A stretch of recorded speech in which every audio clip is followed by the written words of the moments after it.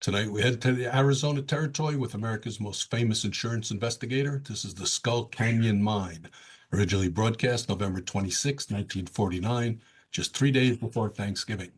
Charles Russell brings Johnny Dollar to life in his early episode from the show's first season. Russell was primarily a film actor, but his smooth delivery made him the perfect choice to originate this iconic role. When the case comes in, Johnny packs the bag for Arizona, where a once profitable mine has suddenly stopped producing returns for its investors. Now, 1949 was a pivotal year. Just weeks before this broadcast, Leon Hart won the Heisman Trophy, and the steelworkers' strike that had crippled American industry finally came to an end. The world was changing fast. China had just fallen to the communists, and the Soviets had shocked the West by detonating their own atomic bomb in August. But on this Saturday evening, millions of Americans gathered around their Philcos and Zeniths to hear Johnny Dollar put his detective skills to work in the desert Southwest. The expense account format that would make this show legendary was already taking shape. Every cab fare, every cup of coffee, meticulously recorded as Johnny pieced together another mystery. So settle in as we travel back to when radio was king. This is the Skull Canyon Mine. I didn't remember that another way of saying death is going west.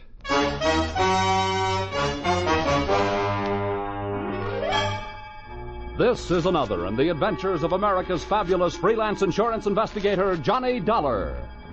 At insurance investigation, Johnny Dollar is only an expert. At making out his expense account, he's an absolute genius.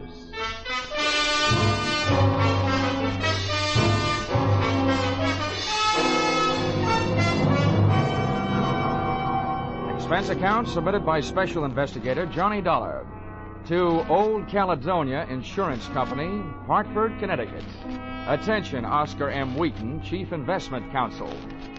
The following is an accounting of my expenditures during my investigation of suspected skullduggery in the Skull Canyon Mine. Or, Mr. Bones, who was that lady I seen you with last night? Or, messing with a mule train is one good way to kick off. Expense account, item 1, 25 cents. Tip to busboy who brought telephone to my table at the Blue Danube restaurant, Robertson Boulevard, Los Angeles, where I happened to be working on a case. Your call came right after the liver dumpling soup, taking me out of the soup plate and putting me in the soup. Now, this is the story, Dollar. You make notes and don't interrupt. 2 years ago, this company made an investment in a bona fide working gold mine, the Skull Canyon Mine. That's just outside Twin Buttes, Arizona. I see. I said don't interrupt. That's just over the border from Nogales, Mexico. Now, up until 3 months ago, everything was fine. The profits shown by the mine were good. And then suddenly, our returns dropped 50%. However, operating expenses, man-hours, and so on remain the same, indicating there's been no fall-off in the removal of high SAR. Now, there's something wrong. We want you to go down there and find out what it is. Expense account, item 2, $12.80. I decided that since you'd invited yourself to the table, dinner at the Blue Danube was on you. Oh, in case you're interested in what you didn't have, it was that liver dumpling soup, veal paprikash, cherry strudel, and a small coffee. Enjoyed with that case I was working on. An eccentric millionairess who wanted to marry me for her money. She had yes in her eyes, but when I told her I had to say goodnight immediately, she said, "Oh, no." Expense account, item 3, $120, Burns Lee Flying Service. Charter plane to Twin Buttes, where I checked into the Waterfield Hotel, called the mine, and told the girl who answered that I wanted transportation out there. She said she'd come after me. Having seen too many Western movies, I figured she'd arrive in a buckboard, but instead she picked me up in a Jeep. Hey, slow down, will you? Before my teeth start falling out. Oh, sorry. I forgot you were tenderfoot. That's not where I'm tender. By the way, Miss Moreland, how far is it out to the mine? 23 miles? Oh, no. Is the road like this all the way? Oh, no. About another half mile out of town, there isn't any road at all. Oh, if I ever live through this. From now on, I'm taking my bumps in a burlesque theater. Much better than walking, mister. Say, you said you're out here representing the owner. What's your job? Well, I'm an efficiency expert. Oh. Speaking of efficiency, what's your first name? Jackie? Oh, well, in that case, mine should be Gwendolyn. But it's not. It's Johnny. Well, let's not bother shaking hands on it, pal. Here comes the end of the road. Oh.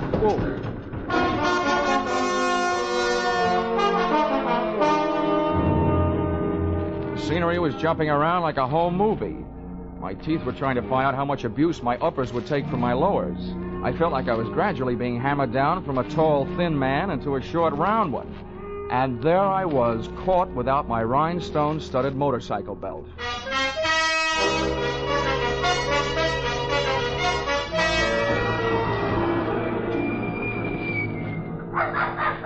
Well, here you are. Want me to help you out? Oh, very funny. Go away. Get lost, you little monster. I'll admit I look like a bag of bones, but I'm too young to die. Go on, now beat it. Oh, be a good dog now. Lie down, Nugget. Down. Yeah, Nugget, drop dead. This the mine office? This is it. Well, Dollar, welcome to Skull Canyon. I'm Doyle, the manager out here. I'd be happier to meet you if I met you in town. Mr. Dollar's in a foul mood, Jeff. That ride was a little too much for him. That ride would have been a little bit too much for Buffalo Bill. Well, that's how Jackie keeps that figure as trim as she does. Now, come on inside, Dollar. That's where the books are, and that's where the chairs are. With cushions, I hope. I'll see you guys. All right.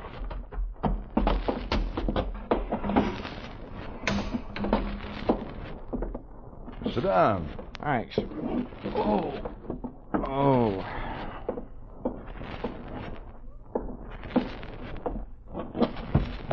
Well, there you are. You'll find all the figures right in that big, fat book. All but Jackie's. Well, I'm not in any hurry to do my arithmetic.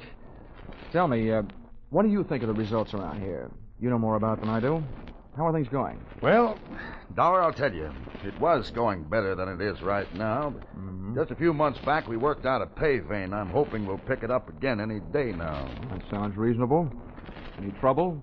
Help, equipment, working conditions? Well, working conditions could be a lot better, but that's a geographical problem. You see, the mine is located here, and the big water supply is 8 miles west. We haul the ore across the desert by mule train to the smelter. It's cheaper than trucks. We'd have to build a road for them. Not here, hay is cheaper than gasoline. You'd like to take a look at the mine? Frankly, Mr. Doyle, I'd just as soon climb up a chimney. I hate dark, confined spaces. But since it's part of my job, I might as well get it over with.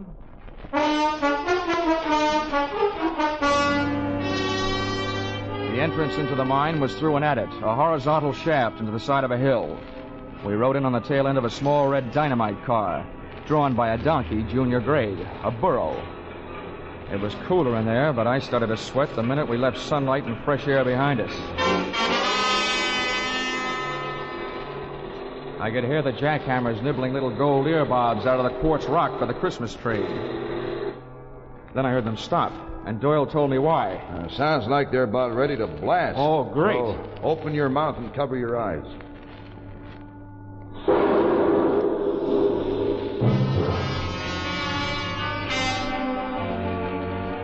150 yards deeper into the earth, I was beginning to think that mankind is mighty hard to satisfy.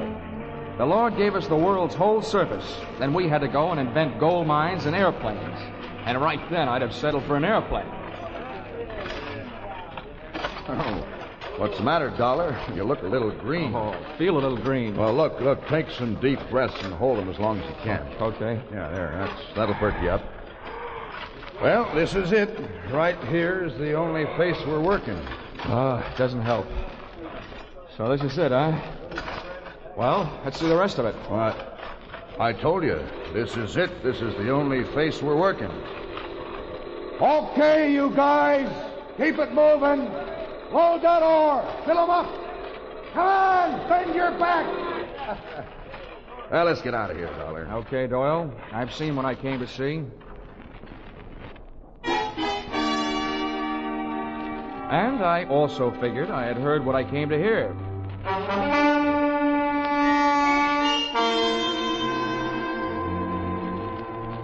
Dinner that night I had with Doyle and Jackie, and the steak they served gave me a rough idea of what they did with their old burros. Doyle's attitude gave me a rough idea that maybe he'd seen my eyes light up when I heard those jackhammers snorting away in some other part of the mine, just after he had told me that where we were standing was the only place being worked. After dinner, Doyle went back to the mine, leaving me alone with Jackie, which was better than dessert. By the way, Jackie, just what's your job out here? Oh, I'm just sort of a secretary and bookkeeper and sheep driver. Uh-huh. How'd you happen to land here in Skull Canyon? Well, I took the job because I was going to marry the man who was the manager then, Doyle's old boss. I met him in college. He was a mining engineer. His name was Larry Hodges. Oh, what happened? I was left at the altar. When I got out here, he was gone. Guess he got stage fright and changed his mind. Anyway, nobody's heard from him since. Least of all me. Come on, I'll show you where you sleep.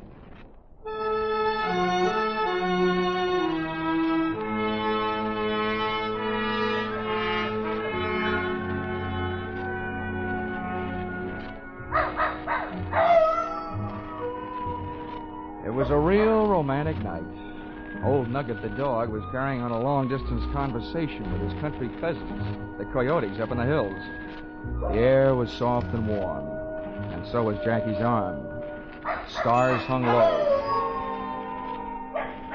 And so did my spirits when she bid me goodnight after she introduced me to my roommate. Hiya, Sonny. An old mule skinner named Kangaroo. Make yourself comfortable. Oh, a fat chance. Well, better than a sand bed and a saddle pillar. Oh. Say, for a pine shack, this has a mighty fancy floor. What is it, mahogany? Nope, tobacco juice. Push. Helps keep out the sidewinders. What do you mean, helps? Little snake critters crawl in out of the hot sun to get cool. Where are you from, Sonny? Hartford, Connecticut. Well, I'll be turned too. I don't reckon it shows through, but I'm a Easterner myself. Come out from New York State 53 years ago. Little town of Prattville. County seat it was. That's pretty dull. What'd you say? Oh, nothing. Say, are you the one that handles the mules on the run out to the smelter? I'm one of them.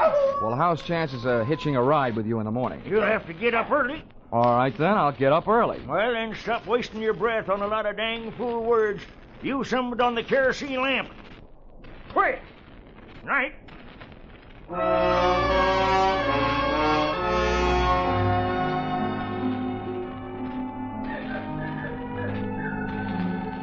I lay awake, thinking about that jackhammer I'd heard working the supposedly inactive end of the Skull Canyon mine earlier that day. This didn't take too much pounding into my skull before I decided that Doyle was working on a vein for his own personal profit. I also knew that for him to convert the ore into gold, he had to get it to a smelter. So I figured that the mule skinner, Kangaroo, was the best place to start asking questions. It's funny how a sleepless night can sour the beauty of a desert sunrise.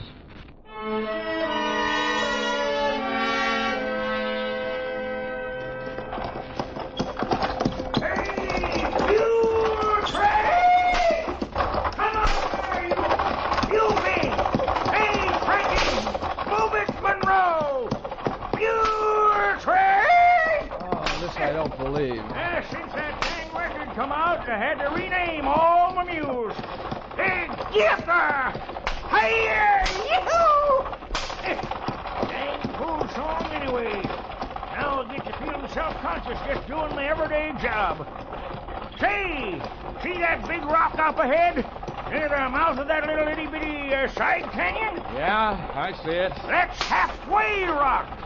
Means we're halfway to where we're going. I'm sorry it isn't all the way, Rock. I wish we'd get there. The sun's getting awful hot. Why, it ain't nothing, Sonny. Some days that old sun's got your tongue hanging out your fur. Gets a real nice tan. How do you stand it?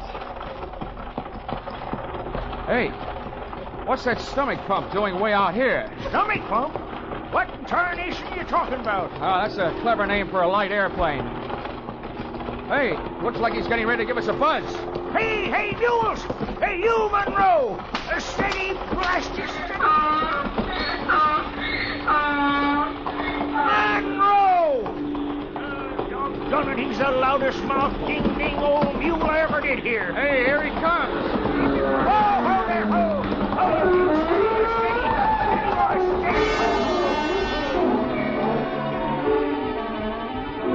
First thing I learned was if you ever want to panic a team of mules, just buzz them with an airplane. The second thing I learned was that little canyon we were approaching was loaded with armed horsemen who came galloping out like they were trying to make history at Tan Foran.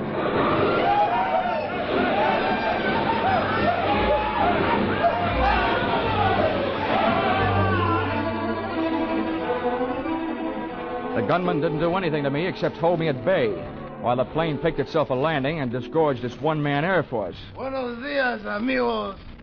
You don't look happy to see me. Maybe my friends scared you with their guns, eh? Hey, old man, who is this new boy who ride with you today? His name's Dollar. Right now, I wish it was Hopalong Cassidy. Well, let me introduce myself. They call me El Puerco. That's because I look like a pig. But maybe it is because I'm so greedy, too. I want what you got with you. Why, Galdern, your miserable sunbaits hide Now, take you. it easy, old-timer. It's Well- okay. All I've got on me is a wristwatch and a few bucks. Let them have them. And besides, what's he going to do with a wagon load of unrefined gold ore? You talk like a little boy. I know what you have with you, and I know where it is. It's under the seat, the little white bags. $30,000 of pure gold.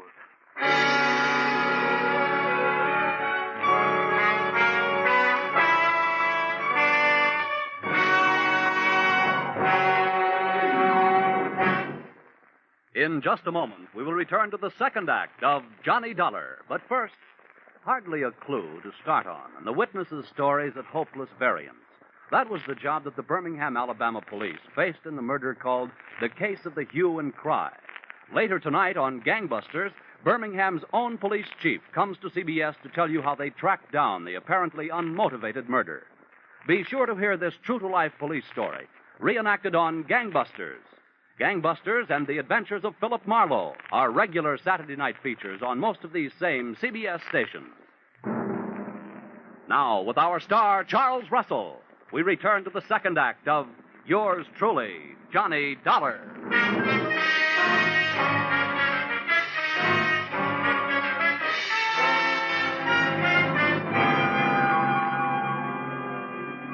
So there I was, Johnny Dollar, efficiency expert. I'd efficiently gotten myself in trouble. I was efficiently letting El Puerco walk off with a large part of your gold, and stood a good chance of efficiently getting myself shot in the belly. There we are, amigos. I feel better now the gold is in my little aeroplane. I hope you're not mad with me. You know, I need the money to pay my taxes. Okay, you got what you wanted. Why don't you take off and get out of here? That ding-dang rascal, he's probably figured on shooting us. Oh, no, old man. I'm a very scientific bandido. You think I want to shoot you and get killed myself for murder? Oh, no. I let your mules do the dirty work. Well, Manuel, Pedro, Juanito, here, adelante. Take these men and tie them up. Tie them to the stake back to back. And the rest of you tie up the mules in a circle around them, in nice and close. Then I will get in my little aeroplane and dive on the mules. And the mules will kick their heads off. Pitching horseshoes may be fun, but not when they're being pitched at your head by a mule. Once we were tied back to back on the stake, the nearest available technical advisor, Kangaroo, was anything but encouraging. That's the trouble with a gold-darn mule. When they get riled up, they think with their feet. Here he comes.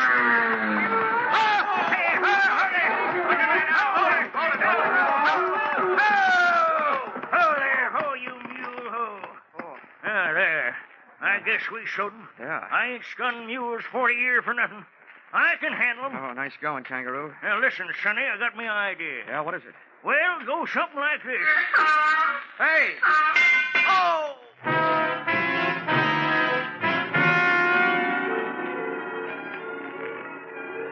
Just as the idea, whatever it was, hit Kangaroo, a hoof from one of the mules scored a ringer around my cranium. Ah, the stars looked beautiful. They came out in the shape of a horseshoe. And as I slipped into that familiar Betty Bye for private eyes, the world of hit-on-the-head darkness, I could hear Kangaroo's advice, too little and too late. There, you see? You can never trust a mule. Never trust a mule. Never trust a mule.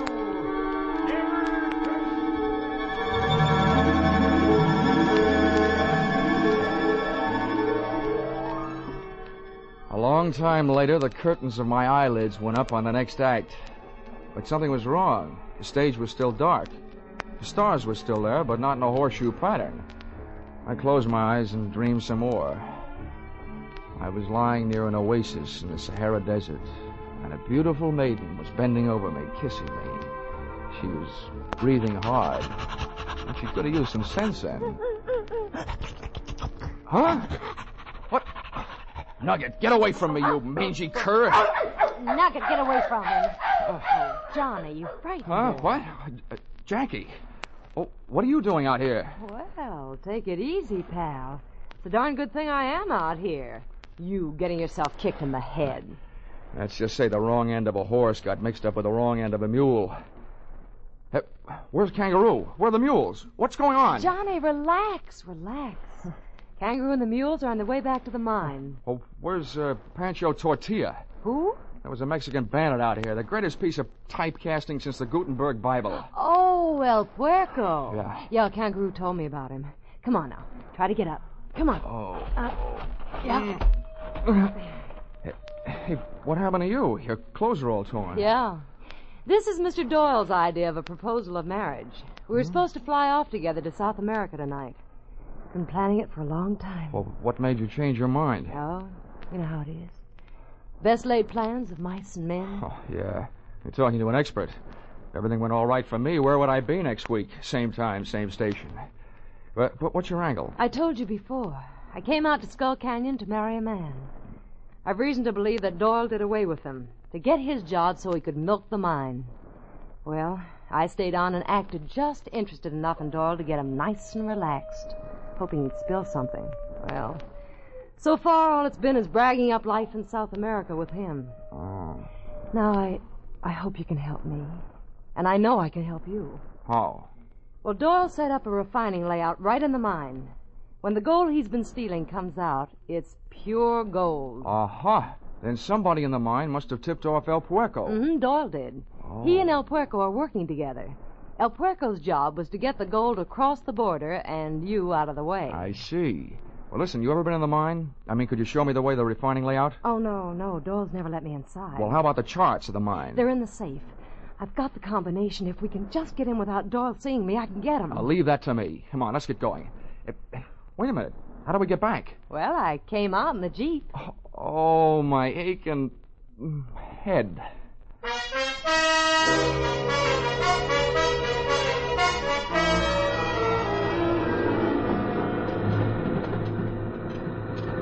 This is close enough, Star Eyes. We better pull up right here. All right. Nugget, quiet. Say, the wedding may be off, but it sounds like the reception is still on. No, that's the regular Saturday night square dance. Oh.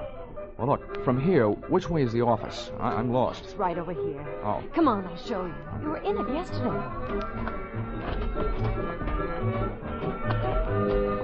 When we rounded the corner of the office building, my heart was doing a dozy-do.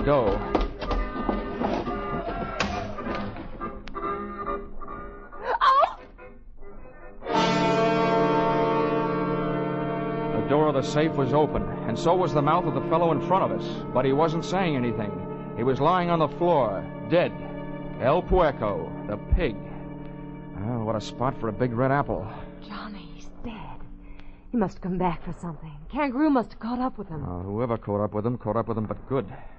Come on, let's go take a look for Kangaroo.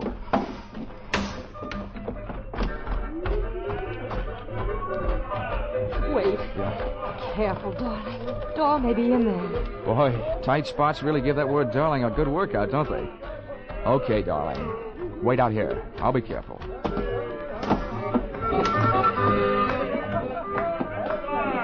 Say, partner, you seen Kangaroo around here? Kangaroo? Yeah. Well, sure. Kangaroo came in here looking for Doyle. Well, did you find him? Well, don't know. Doyle went over to the mine. Is that where Kangaroo went? Well, if I was looking for Doyle, that's where I'd go. Thank you, Bottleneck.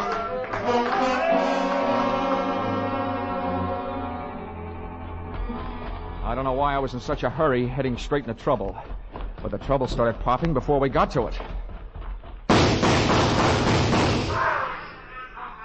Oh, poor Kangaroo. Jackie was only guessing, but I could only hope she wasn't guessing right.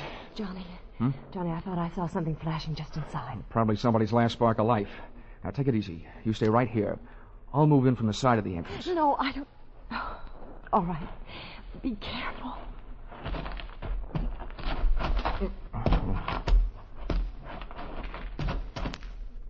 Oh, he sure got you good, partner.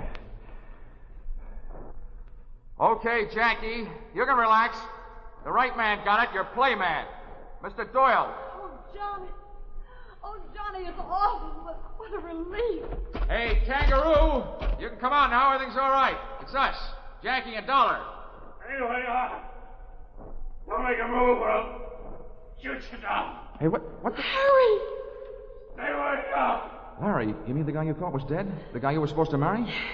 Yes. Oh, Larry. Larry died. I'll kill you. No. Oh, Larry. Larry, what's happened to you? I'll kill you. All right.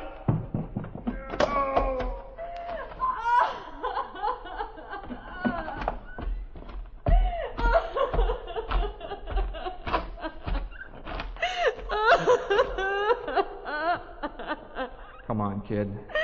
He wasn't worth waiting for anyway.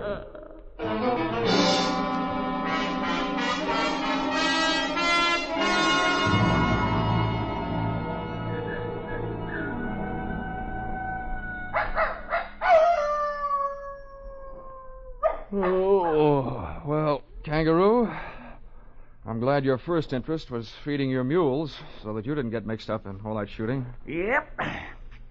Poor. Well, I'll tell you, when three bad eggs like Hodges and Doyle and El Puerco get together double-crossing each other, they all gotta wind up in the omelet. Dead. Sure feels good to get your boots off. That Larry feller thought he was pretty smart, holding up in that mine with his own private smelter, using Doyle for a front. The only thing was he didn't figure on Doyle falling in love with his woman. Yeah, who wouldn't? Hey, for a young fella, you sure talk a lot. How about using some of that breath you're wasting on that kerosene lamp, huh? Quick! Right.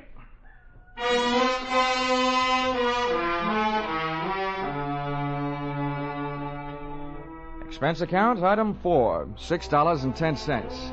1 quart snake bite medicine, 32 ounces of prevention in case a snake should bite me.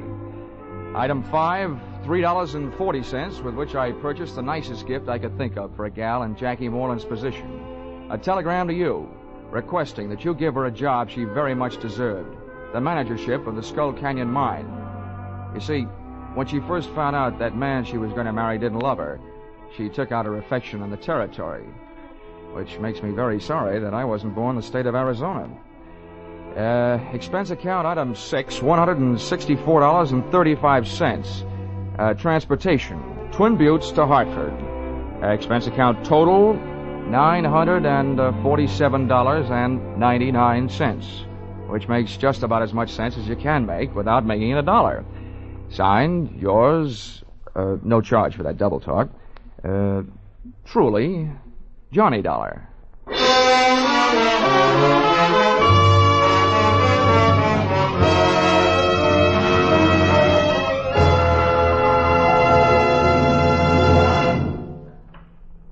Yours truly, Johnny Dollar, is produced and directed by Gordon T. Hughes and stars Charles Russell. Script by Paul Dudley and Gil Dowd. Featured in the cast were Doris Singleton, John Daner, Willard Waterman, Fred Howard, and Don Diamond. The special music is written and conducted by Leith Stevens. Your announcer is Paul Masterson.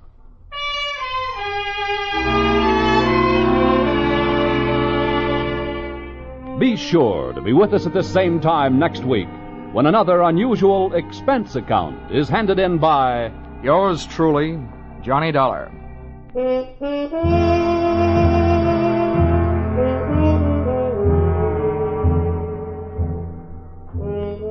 Music Popular and Music Western are on the bill for CBS listeners again tonight.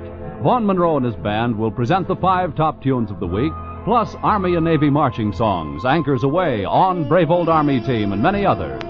Gene Autry follows right on the heels of Vaughn's Caravan with favorites straight from the land of sagebrush and 6 guns. For an hour of wonderful music, hear Vaughn Monroe's Caravan and the Gene Autry Show tonight and every Saturday on most of these same CBS stations. Stay tuned now for Vaughn Monroe's Caravan, which follows immediately on most of these stations.